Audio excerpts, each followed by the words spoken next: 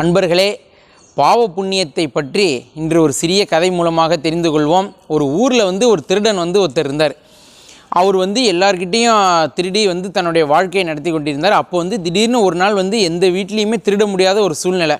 அப்போ ஒரு கூட இருக்கிற ஒருத்தர் நண்பர் என்ன சொல்கிறாருன்னா, அங்கே ஒரு மடம் இருக்குது, சாமியார் மடம். அங்கே போய் அந்த சாமியார்கிட்டேருந்து நம்ம திருடலாம் அப்படின்னு சொல்லும் பொழுது அவங்க போய் அந்த சாமியார் மடத்தில் போய் திருட போகிறாரு. அப்போ அங்கே மாட்டிக்கிறாங்க. அப்போ அந்த சாமியார் கூப்பிட்டு என்ன சொல்கிறாரு, ஏன்பா இப்படி திருடி பொழப்பு நடத்துகிற, இது பாவம் இல்லையா அப்படிங்கவும், இந்த பாவத்தில் என் குடும்பத்தில் இருக்கிற எல்லாரும் பங்கெடுத்துக்க போகிறாங்க, அதனால் எனக்கு இதில் ஒரு பெரிய பாவம் கிடையாது நான் பண்ணுறது. என் வீட்டில் 5 பேர் இருக்காங்க, 5 பேருக்கும் இது பங்கு போயிடும், அதனால் இது ஒரு பெரிய பாவம் கிடையாது அப்படிங்கிறார். உடனே இவர் சொல்கிறாரு, சாமியார் நீ போய் உங்கள் வீட்டில் போய் ஒருத்தர்கிட்டையும் இந்த பாவத்தில் நீங்கள் பங்கு எடுத்துக்கிறீங்களான்னு கேளுங்க. அவங்க பங்கு எடுத்துக்கிறேன்னு சொன்னாங்கன்னா நீ தொடர்ந்து நீ திருடுப்பா, இல்லைன்னா நீ திருடுறது தப்பு அப்படின்னு சொல்கிறார். உடனே நேராக அவங்க வீட்டில் போய் முதல்ல அவங்க மனைவி கிட்ட கேட்குறார், இதேமாரி நான் செய்கிற பாவத்தில் நீ ஒரு பங்கு எடுத்துக்கிறியா அப்படின்னோடனே, உங்களை கல்யாணம் பண்ணிக்கிட்டதுக்கு நான் அவங்க கூட வாழ்கிறதே பெருசு, இதில் பாவத்தை வேறு பங்கு எடுத்துக்கணுமான்னு சொல்லி அவங்க முடியாதுன்னு சொல்லிடுறாங்க. அதே போல் அவங்க அப்பா கிட்டே கேட்குறாரு. அவங்க அப்பாவும் இதே மாதிரி, உன்னை நான் பெற்று வளர்த்து எல்லாம் பண்ணினேன், நீ திருடுறதுக்கு நான் ஒன்றும் பண்ண முடியாதுப்பா, நான் உன் பாவத்திலெல்லாம் பங்கெடுத்துக்க முடியாதுன்னு சொல்லி அவரும் சொல்லிடுறார். இதே போல் அம்மாட்டையும் கேட்குறாரு, அவங்க குழந்தைங்கள்ட்டையும் கேட்குறாரு. யாருமே அதுக்கு ஒத்துக்கலை, மறுத்துடுறாங்க. உடனே அவர் யோசித்து அந்த திருடன் என்ன பண்ணிடுறாருன்னா, ஆஹா இதான் யாருமே பங்கெடுத்துக்க மாட்டேங்கிறாங்களேன்னு திருந்தி புண்ணிய காரியங்கள்லாம் செய்ய ஆரம்பிச்சிட்டார். ஒருத்தருக்கும் போய் உதவி பண்ண ஆரம்பிச்சிட்டார். இப்படியே அவர் காலங்கள் போக போக ஒரு 20 வருஷம் கழித்து நிறைய புண்ணியங்கள்லாம் செய்கிறார். அவர் தன்னுடைய வாழ்க்கை வேறு வழியில் போயிட்டுருக்கு.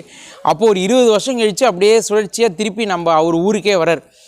அவர் குடும்பத்தை பார்க்க வரார். அப்போ அவர் என்ன நினச்சிக்கிட்டு இருக்காருன்னா, முன்னாடி நம்ம திருடி சம்பாரித்து கொடுத்தோம், நம்ம வீட்டில் எல்லோரும் சந்தோஷமாக இருந்தாங்க, இப்போ நம்மளே இப்படி புண்ணிய காரியங்கள்லாம் பண்ணுறோம், வீட்டில் ரொம்ப கஷ்டப்படுவாங்கன்னு நினச்சிக்கிட்டே வரார். ஆனால் அந்த வீட்டுக்கு பார்த்தா அவங்க முன்னாடி இருந்ததை விட இன்னும் சந்தோஷமாக இருக்காங்க. உடனே எப்படி இதுமாரி இருக்கீங்க, எப்படி உங்களுக்கு வருமானம் என்ன எதுன்னு அவர் கேட்கும் பொழுது, நீ ஒரு இடமா போய் புண்ணிய காரியங்கள்லாம் செஞ்சுக்கிட்டே போனேன், 4 பேருக்கு நல்லது செஞ்ச, உன் மூலமாக நல்லது அடைஞ்ச 4 பேர் உனக்கு நல்லது செய்கிறாங்க, உன் குடும்பத்தை எங்களுக்கு தேவையானதெல்லாம் இது பண்ணாங்க அப்படின்னு சொல்லி அவங்க சொல்கிறாங்க. அப்போ தான் அவர் புரிஞ்சுக்கிறார்.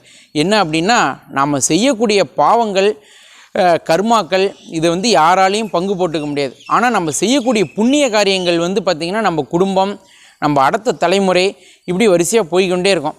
அதனால் என்றைக்குமே நம்ம எந்த ஒரு பாவ செயல்களும் நம்ம மனது, இப்போ ஐயப்பனுக்கு சொல்கிற மாதிரி அறிந்தும் அறியாமலும் தெரிந்தும் தெரியாமலும்னு சொல்கிற மாதிரி, எந்த நிலையிலையும் நம்ம தெரிஞ்சோ நம்ம அறிவுக்கு எட்டின அளவில் எந்த பாவங்களும் நம்ம செய்யக்கூடாது. அதே போல் புண்ணியங்கள் நிறைய செய்யணும். அது அன்னைக்கு நமக்கு கண்கூடாக நமக்கு பலன் அளிக்கலைனாலும் நமக்கு அடுத்தடுத்த தலைமுறை, நம்ம குழந்தைங்க எல்லாருக்கும் அதோடைய பெரிய பலனானது கிடைக்கும். அதனால் நம்ம நிறைய புண்ணிய காரியங்கள், மனதளவில் நிறைய புண்ணியங்கள்லாம் செய்யணும் அப்படிங்கிறத வேண்டி கேட்டுக்கொள்கிறோம். நல்லதையே நினைப்போம், நல்லதையே செய்வோம், நல்லதே நடக்கும், எல்லாம் நன்மைக்கே.